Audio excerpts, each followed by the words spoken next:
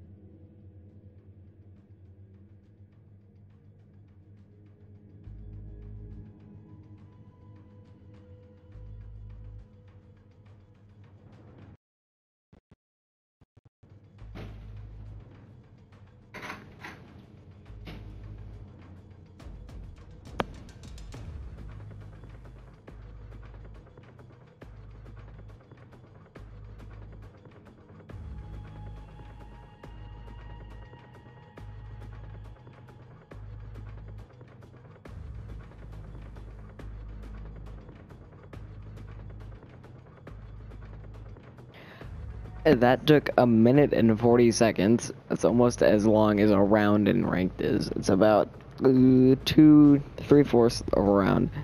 So it took a minute and 40 seconds just to load into the main menu.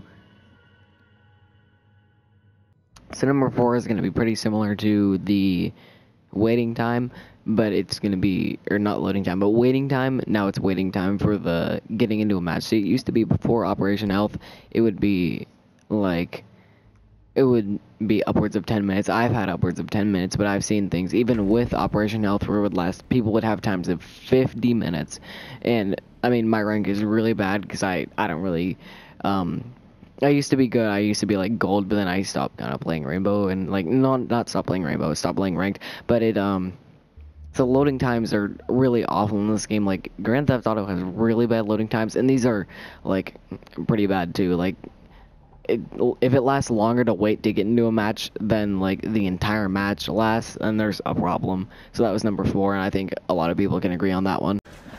Number 3 is going to be random glitches, and I've recorded a few of these glitches like a while back. I just have quite a few that have happened to me, so I'm just going to put a compilation of those right here. It's just, they're really annoying, and like, especially when your connection's bad, you use the slingshot everywhere and stupid things start happening, and it's kind of funny sometimes, but if you're actually trying to win, it's pretty annoying a lot of the time. Op 4 drone has found the biohazard container.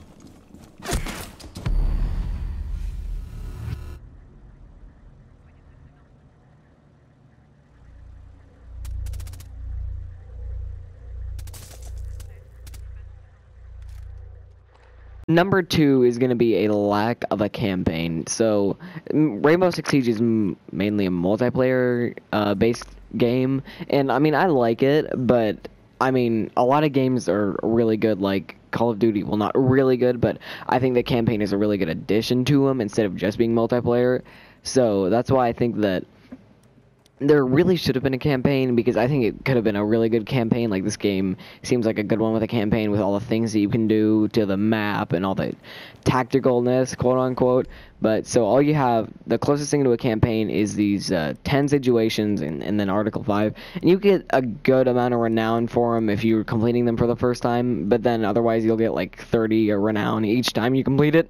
So they're really easy. I mean, they're relatively easy compared to the multiplayer, since they're really dumb AI, and it's just not this. There's no story to them. You're just going and killing some people with a different operator. So that's why I think number 2 is going to come in at not having a campaign, or a lack of a campaign. So number 1 is going to be the complete terrible ways to get renown, because there's like really no good ways to get renown unless you play for like a week straight for 12 hours a day to get enough to buy a 1 DLC operator, let again the new 3 that are coming out with the new Blood Orchid. Yeah, Blood Orchid, right? That should be correct. So they cost 25,000 renown, and the normal ones cost 500 to 2,000 renown. So like Sledge, he's got a really good he's got a good breaching hammer, but like Glaz, okay, Glaz is like 500 to 2,000 renown, and he just, all he has is a sniper, 1 primary, he's 2 armor, 2 speed, he's got 1 primary, it's semi-auto DMR, and they tried to buff him, but he's still a really useless operator, and he's just got the thermal scope, and he's just overall not a very good choice for a close quarters game like this.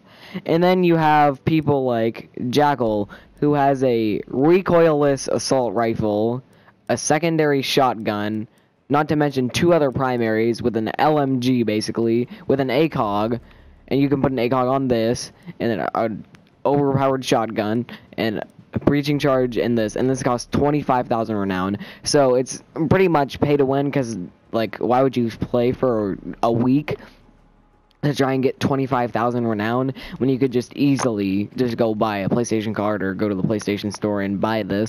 So that's why I think it's a really big problem on how to get renown, and you should get paid a lot more renown, because you only get like 200 to 400 renown a game, and that costs 25,000 renown. So it's going to take a really long time to get these, so it's a lot easier just to buy it. So that's why I think number 1 is terrible ways to get renown.